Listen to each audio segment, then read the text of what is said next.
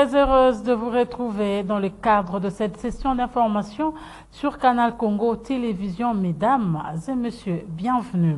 Il s'est ouvert ce lundi 28 novembre 2022 au Kenya, à Nairobi, la troisième phase du processus de Nairobi pour la paix à l'est de la République démocratique du Congo. Le chef de l'État, Félix-Antoine Tshisekedi, y est intervenu par vidéoconférence. Ainsi, dans son allocution, le facilitateur de l'EAC, Uhuru Kenyatta, a indiqué qu'aucun effort ne devrait être épargné pour rétablir la paix à l'est de la République démocratique du Congo. Suivez. Dans son allocution à l'ouverture de ce troisième round du processus de la paix et de la sécurité à l'est de la République démocratique du Congo, le facilitateur de la communauté d'Afrique de l'Est, Uhuru Kenyatta, est revenu sur la ferme volonté de cette organisation régionale à stabiliser la situation sécuritaire sur le sol congolais. Aucun effort, dit-il, ne devrait être épargné pour rétablir la paix et la sécurité dans l'est de la RDC. De son côté, le secrétaire général de la communauté d'Afrique de l'Est, Peter Mutuku, a réitéré son engagement de soutenir et d'aider la République démocratique du Congo dans sa lutte pour la pacification de la partie est de son territoire. À lui de renseigner que ce dialogue vise à accélérer les efforts régionaux en cours pour parvenir à une paix et une sécurité durable dans l'est de la RDC, tel qu'élaboré par divers efforts des chefs d'État de l'EAC. Ce dialogue, poursuit-il, a connu une redynamisation et intègre de consultations entre les groupes armés dans l'est de la RDC, les dirigeants de communautés locales, la société civile et d'autres parties prenantes concernées dans le but de trouver des solutions durables à la situation sécuritaire prolongée. Notez que le vice-premier ministre, ministre des Affaires étrangères, Christophe Lutundula, se trouve sur place à Nairobi. Le chef de l'État, Félix-Antoine Tshisekedi Tshilombo, le président du Rwanda, Paul Kagame, celui de l'Ouganda, Yoweri Museveni, et les représentants du gouvernement de la Tanzanie et du Soudan du Sud sont intervenus virtuellement par visioconférence lors de ces assises. Plusieurs personnalités ont pris part à l'ouverture de ces assises, dont les observateurs de l'Union africaine, des Nations unies et des membres invités du corps diplomatique. La présence de l'envoyé spécial du secrétaire général des Nations unies pour la région du Grand Lac, Yang Xing, a été également signalé. Dans un autre registre, la dynamique Maître Paul Djunga, structure d'appui au mouvement de libération du Congo, a organisé le dimanche 27 novembre 2022 une cérémonie des présentations des différents animateurs des fédérations et sections qui la composent à la hiérarchie du parti. En outre, son initiateur, Maître Paul Djunga, appelle les Congolais à s'approprier le processus électoral. Le détail avec Maxime Makabou.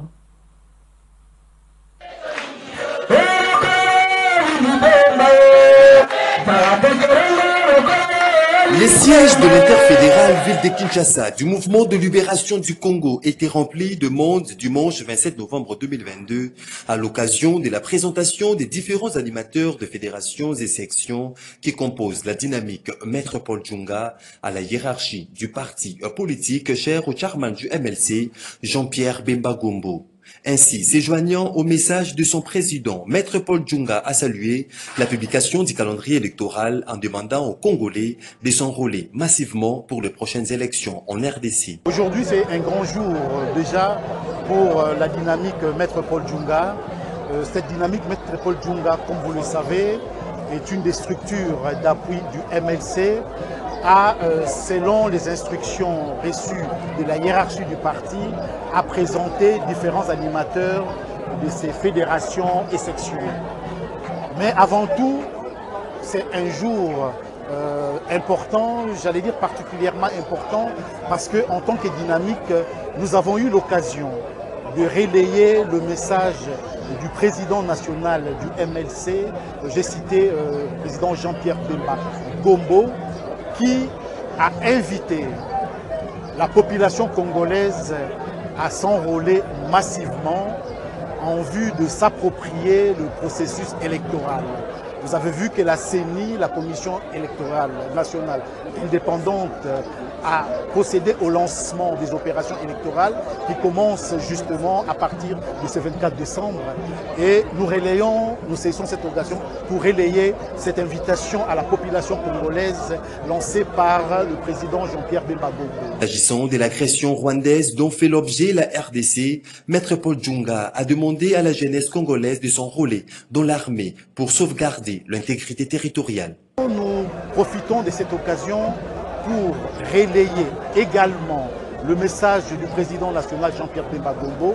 Comme vous le savez, c'est quelqu'un qui a toujours veillé à la sauvegarde de l'intérêt, l'intégrité territoriale et le maintien de la souveraineté du pays. Le président Jean-Pierre Bemba Gombo dit apporter son soutien indéfectible à nos forces armées congolaises.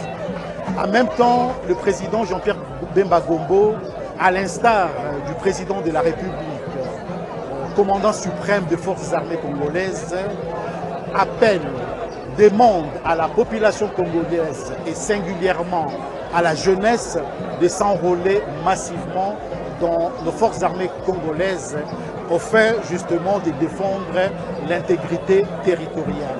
Mais en même temps, il nous demande de ne pas laisser place à la xénophobie et au rejet de l'étranger. Nous sommes un peuple hospitalier discipliné.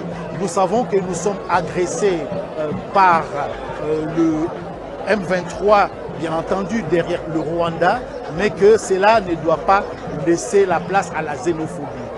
Notez que cette activité s'est déroulée en présence des cadres du mouvement de libération du Congo, notamment le secrétaire général Fidèle Babala.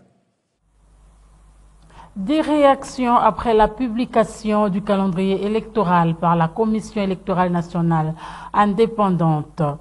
Dongo Yemo Mobutu, secrétaire national du mouvement de libération du Congo en charge des relations avec les associations, partis et regroupements politiques, salue cette publication du calendrier électoral car, dit-il, c'est la manifestation de la volonté politique à respecter le pacte républicain. Les propos de Dongo Yemo Mobutu sont ici recueillis par Maxime Macabo.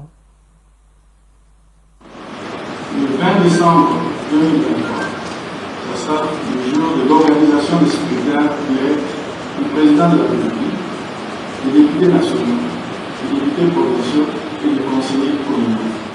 Publication du calendrier électoral par la CENI, Dongo Yemo Mobutu, secrétaire national du MLC chargé des relations avec les associations, partis et regroupements politiques, parle de la manifestation de la volonté politique à respecter les pactes républicains.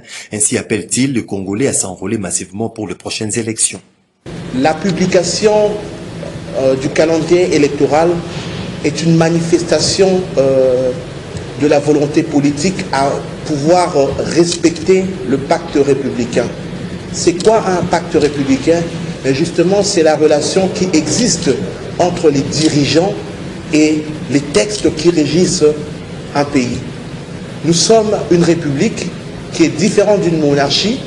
Et dans une république, les animateurs des institutions, les dirigeants sont soumis à l'exercice de la sanction populaire qui passe par la voie excellente qu'on appelle les élections. Face à cette donne, nous ne pouvons que nous réjouir parce que nous avons vu à travers cet acte de publication l'implication du gouvernement qui est chapeauté par le Premier ministre et le président de la République qui joue son rôle afin que tout soit mis en musique pour servir la nation. Et pour cela, nous disons, nous sommes satisfaits au niveau du MLC parce que c'est un grand rendez-vous avec l'histoire de notre pays. C'est un grand rendez-vous avec les tournants de l'avenir qui donneront l'occasion à la population congolaise de se choisir les personnes qu'il veut voir au sommet de l'État et à tous les niveaux de postes de commandement. Donc je saisis aussi cette occasion pour appeler les Congolais à s'enrôler massivement afin de participer à l'écriture de ce destin commun que nous lie autour de notre région. De son côté, Claude Machala, cadre du PPRD, de Joseph Kabila Kabange, estime pour sa part que la centrale électorale doit chercher les consensus entre parties prenantes pour un bon processus électoral au pays. Les propos de Claude Machala sont recueillis par Dadi Luindamo. D'abord, je vous dirais que Kadima et son groupe n'ont pas qualité. Je crois que c'est de manière tout à fait usurpatoire qui prétend être à la tête d'une certaine CENI. Alors que pour nous, Kadima est à la tête d'une cellule de base de l'UDPS. Et nous voulons bien qu'il y ait des élections, puisqu'il ne s'agit pas d'un caprice politique, mais il s'agit d'un droit constitutionnel. La Constitution nous l'impose, la Constitution veut cela. Mais il faudrait avoir ces élections dans les délais, mais pas à n'importe quel prix. Je crois que Kadima n'a pas qualité et que ce qui a été présenté, soi-disant comme calendrier électoral, ressemble plus à une sorte de roulette russe. C'est une roulette russe, ça. C'est-à-dire, on va appuyer sur la gâchette et on ne sait pas dans quelle chambre est logée la balle. On n'a pas intercalé. Nous, notre position est claire et la position n'a pas bougé, n'a pas changé. Notre position est claire. Il faudrait qu'il y ait un consensus au niveau de la constitution du bureau de la CENI, parce que nous n'y sommes pas représentés. Ça, c'est de un. Il faudrait qu'il y ait un consensus au niveau de la loi électorale et il faut qu'il y ait une recomposition de la Cour constitutionnelle. C'est ça notre position. Pour le reste, je crois que la Constitution a tout prévu, même l'article 64 est là. Écho des ministères à présent, la vice-premier ministre et ministre de l'Environnement et Développement durable, Eve Bazaïba Massoudi, a assisté ce lundi 28 novembre 2022 à la cérémonie de remise et reprise du directeur général de l'Institut congolais pour la conservation de la nature, ICCN, en sigle le directeur général sortant et entrant. Les détails avec Maya Yamate et Doudou Montir. Suivez. Nommé au terme de l'ordonnance présidentielle numéro 22/14 du 11 novembre 2022, les nouveaux dirigeants de l'Institut congolais pour la conservation de la nature ICCN ont officiellement pris leurs fonctions ce lundi 27 novembre 2022 au terme de la cérémonie de remise et reprise présidée par la vice-premier ministre, ministre de l'Environnement et Développement durable. Au cours de cette cérémonie, le secrétaire général à l'Environnement et Développement durable, Benjamin Touarambe, a rappelé le contexte de cette cérémonie tout en procédant à la lecture de l'ordonnance présidentielle nommant le membre du conseil d'administration et de la direction générale de l'ICCN. Au terme de cette décision présidentielle, Bernard Mikobi dirigera le conseil d'administration de cet établissement public, tandis que Yves Milan Ngangaï et Théophile Ngombodi Fumba sont nommés respectivement directeur général et directeur général adjoint. Dans son mot de circonstance, Eve Bazaïba Massoudi, vice-premier ministre, ministre de l'Environnement et Développement durable, a pour sa part invité les nouveaux dirigeants à plus de dévouement et à plus d'assiduité pour relever le défi de la préservation et conservation de la biodiversité en RDC et surtout redonner à cet établissement public son rôle central face aux enjeux de l'heure liés à ces questions cruciales. L'Institut congolais de conservation de la nature, l'ICCN, a revêtu une autre dimension. Ce n'est pas un électron libre, c'est un établissement public de l'État dont le chef de l'État a signé l'investiture pour vous responsabiliser cette gestion, mais elle est sous la tutelle du ministère de l'Environnement et du Développement durable. C'est la tutelle globale. Et aussi, il y a une autre tutelle spécifique du ministère du Tourisme, ainsi que le ministère de la Défense. Mais aujourd'hui, vous savez que le potentiel environnemental de la République démocratique du Congo sert à l'humanité. Donc vous allez avoir des contacts plus avec des partenaires internationaux qu'avec les locaux.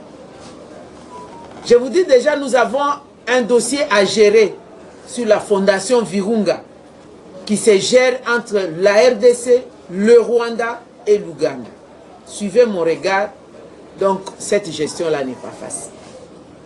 L'Institut congolais pour la conservation de la nature, ICCN, a pour mandat de veiller à la gestion durable et à la préservation de la biodiversité à travers la gestion des aires protégées et parcs nationaux en RDC. Il est sous tutelle générale du ministère de l'Environnement et Développement durable, ainsi sous tutelle spécifique des ministères du Tourisme et de la Défense.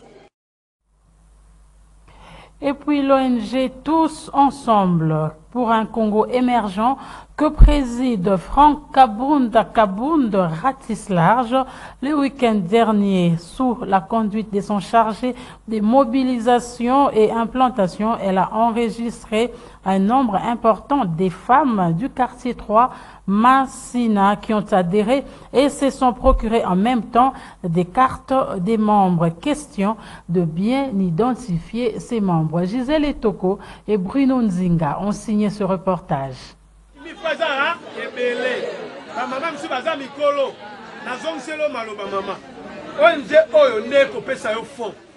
Identifier les véritables membres de l'ONG Tous Unis pour un Congo émergent, tel est l'objectif de cette rencontre organisée ici au quartier 3, dans la commune de Massina, par cette structure qui préside Franck Kabound. Les femmes de ce coin de la capitale sont venues nombreuses pour remplir les fiches d'adhésion et se procurer leur carte de membre auprès du chargé de mobilisation et implantation, Boni Mohamed Kito. Mais dans le Congo, quand le président a fait promesse qu'il faut abandonner aider ma maman. Et si abandonner déjà aider ma nani, ma maman. Vous voyez que la carte est solo partout sur mon terrain qui est des alliés. Naba obaza kata ONG ba osala nini? Ndebo konzalo ba dit to za ba maman o balingi ya solo ONG obaza. Pa o konzazo aider. Azo pesa biso nde ba fona biso. So aba belelio c'est ezaka mbongo yo pesa ko ba selo ka carte na fiche d'adhésion. Pa baye ba yo kaka. Et comme le baye ba nani aza membre na biso. Jour na ko pesa deuxième fois mbongo ana lopango. Na za tu ba réclamation ba bi té o te bi té ay kaka lelo pesa ndenga nini. Na bi té ka sala la kinza menda linga ke yango azu. Na répondre bango a bongo. Na bi ata ye lelo. Azu lelo. Nzamba lobaki journée ya kozozaki jour nini lelo tozongi mokonzi alobi te même na bandako to baloleka na bandako même toye awa te nga nazwi ka bafiche d'adhésion natali mama nini naza awa nayebi balabala ndako nakota napesi oyo ya yo mpona ebota botami mate mpo bayi bato nyonso baosala nini bakozwa. Plus question des infiltrés au sein de l'ONG Tous Unis pour un Congo émergent. Chaque membre sera désormais identifié. Martel Deborah Mbomboka Beya, secrétaire de cette ONG.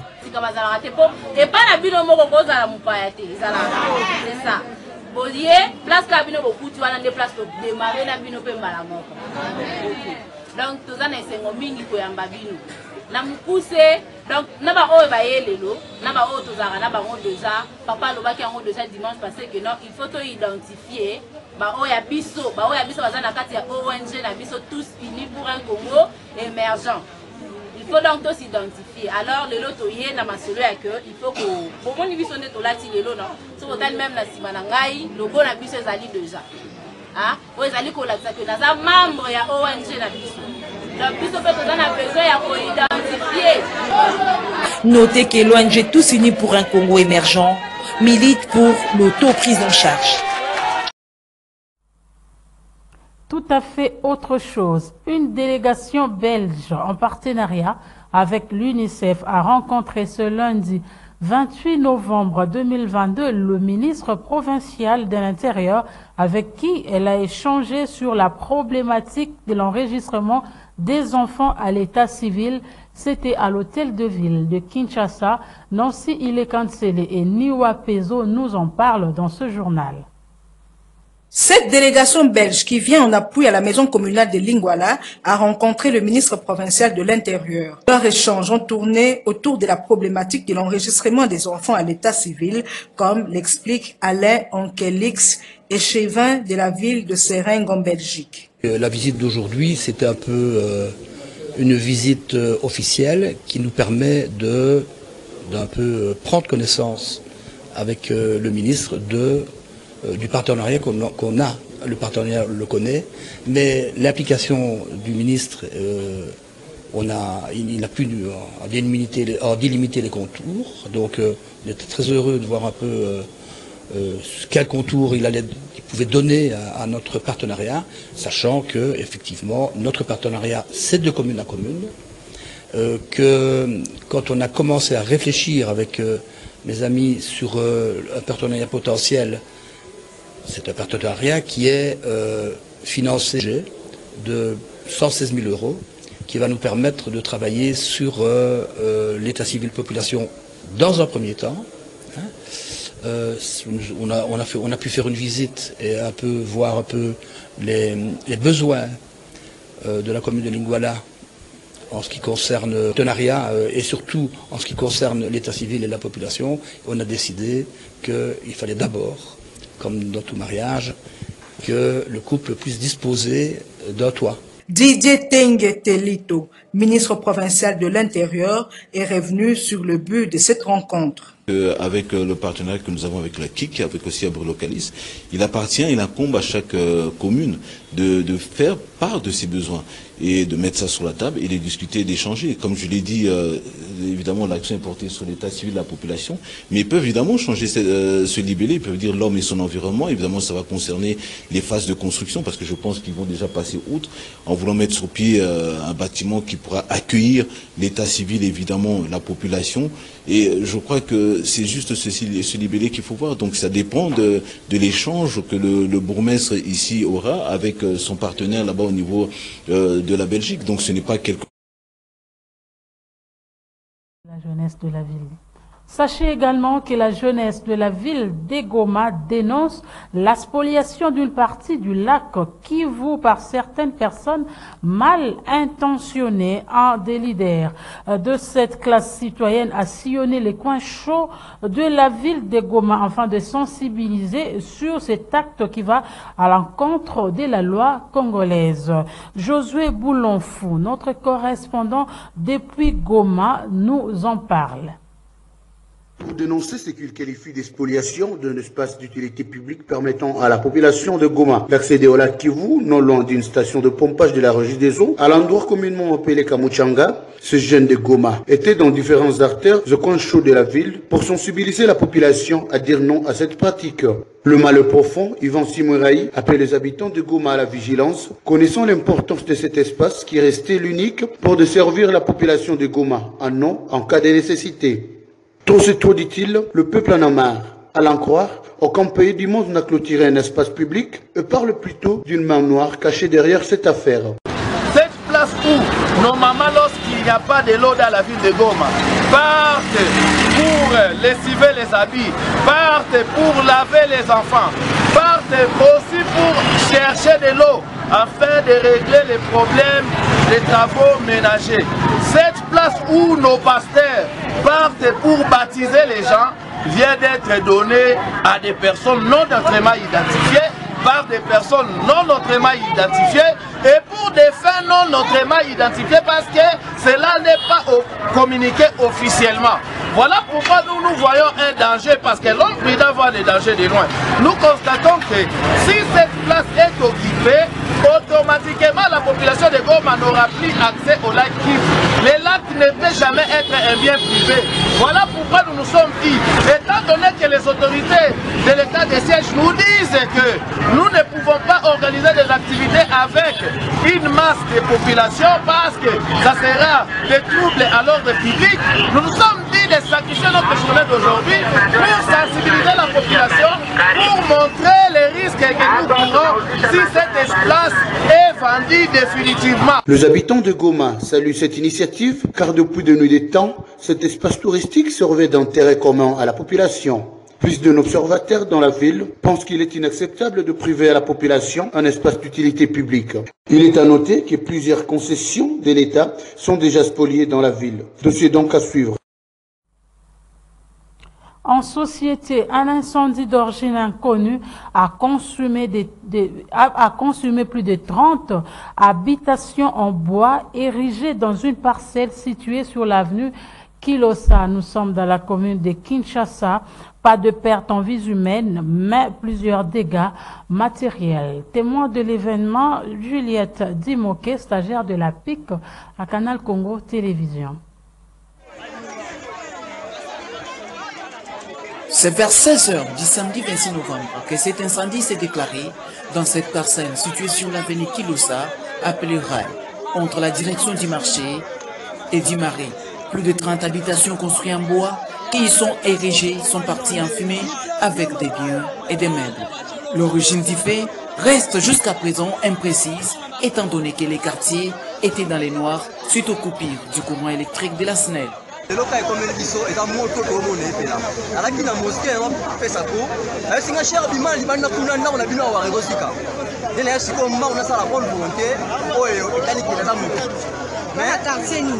Dans le quartier, donc dans la commune à Kin, avec du marché, avec des kilos, ça nous a fait. En tout cas, et là, ça ne sont pas si. Et ça nous a mis en négatif pour monter comme un peu. Plus de 3 et c'était moi. Comment te fait la pompe? Pour rappeler ça, ceux qui montent à la maquille, on a évité. Mais tout le monde qui a monté Peli, n'est pas de commailler Belé. Parce qu'il faut le poste sur le quartier. Il faut une autre même fait explosif comme un cas. Même si les gens ne sont pas, ils montent. Comme toujours, les camions anti-incendie a été buté au problème d'insuffisance d'eau. Heureusement, aucune perte en vie humaine n'a été enregistrée. Début samedi 26 novembre de la première édition du tournoi de football dénommé Kindele Challenge, le go a été donné par Yves Kitumba, cadre du mouvement de libération du Congo et directeur de cabinet de la vice-premier ministre de l'Environnement, F. Bazaïba. C'était une occasion pour lui d'appeler les jeunes de Kindele à s'enrôler massivement pour s'approprier le processus électoral. C'est un reportage de Pauline Boyo rendu par Gisèle Etoko Ekouchou. Cette première édition du tournoi de football dénommé Kindele Challenge, lancé par Yves Kitumba, cadre du mouvement de libération du Congo et directeur de cabinet de la vice-premier ministre de l'Environnement, a pour but de consolider l'unité nationale prônée par le chef de l'État Félix Antoine Tshisekedi, encouragé par le président du MLC, Jean-Pierre Bemba Gombo. Ces tournois de football qui ciblent les jeunes du quartier Kindele de la commune de Mongafula visent, selon l'initiateur, président de la génération Yves Kitumba, à réchauffer l'esprit d'unité et inciter à la cohésion nationale. À l'instar du message du président de la République sur la cohésion nationale, vous savez que le sport unit le peuple. Raison pour laquelle, pour respecter, pour vulgariser le message du président de la République, il a été pour nous important en tant qu'acteur politique de lancer une activité de cohésion de notre peuple. C'est pourquoi nous avons lancé Challenge Kindele pour unir, réchauffer les esprits d'unité de notre peuple de ce coin en vue de leur donner le message du président de la République. Occasion pour ce cadre du MLC Yves Kitumba d'appeler la population de Kindele à un enrôlement massif afin de s'approprier le processus électoral en cours. Notre message était axé sur 3 points. Le premier point, c'est de demander à la population de s'enrôler massivement parce que ce processus démocratique redonne le pouvoir au peuple. Et aujourd'hui, ce processus doit être approprié par le peuple pour se choisir librement leurs dirigeants. Face à l'agression rwandaise sur le territoire congolais sous couvert des terroristes M23, Yves Kitumba d'appeler les jeunes à s'enrôler massivement au sein des forces armées de la République démocratique du Congo. Pour ceux qui le peuvent, de s'enrôler massivement dans l'armée en vue de faire monter en puissance nos services de défense. Voilà en gros les 3 messages. Mais ces 3 messages ne peuvent être unis que par la cohésion nationale. À l'instar du chef de l'État, comme je venais de le dire, nous accompagnons le pouvoir et nous avons uni le peuple dans ce championnat de football pour réchauffer les esprits de la cohésion nationale. Le premier match de cette compétition auquel Yves Kitumba lui-même assisté s'est soldé par un score de 0 but partout entre la sélection des Sahabou et celle de ECDC 555. Notez que 12 sélections qui sont en réalité les 12 localités qui composent le quartier Kindélé sont en lice. En croit l'initiateur de cette compétition, au-delà de la cagnotte pour les 2 équipes championnes, chaque sélection sera aussi récompensée. Ce tournoi lancé ce jour sera clôturé le 10 décembre 2022.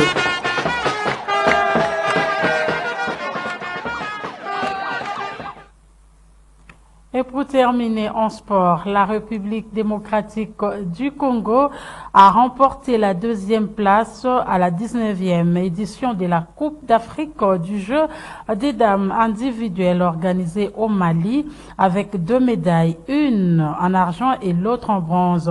La RDC se qualifie d'office pour le championnat du monde qui aura lieu l'année prochaine. Plus de détails avec John Moukadi. Les Congolais Regan Mukendi Lutete a été sacré vice-champion de la 19e édition de la Coupe d'Afrique de jeu des dames individuelle Bamako 2022. Remportée pour la 3e fois de suite par l'Ivoirien Joël Atsé, cette compétition donne accès direct à la qualification pour le championnat du monde 2023. Cet athlète congolais a éliminé en demi-finale les Sénégalais Ndiaga Samb. Ce dernier a décroché la 3e place au podium. Avec cette performance, la RDC, qui n'a aligné que 2 athlètes à cause des moyens financiers, a été classée 2e au classement général, derrière la Côte d'Ivoire et devant le Sénégal. Regan Mukendi a décroché donc sa qualification et représentera la RDC au championnat du monde individuel prévu du 28 septembre au 13 octobre 2023 à Willemstad, en Irlande. On rappelle, la RDC était championne en 2014 avec Bebeto et vice-championne en 2016 avec Alain Dingombe Boukassa. Fin de cette session d'information sur Canal Congo Télévision. Mesdames et messieurs, merci à vous de l'avoir suivi. Restez branchés.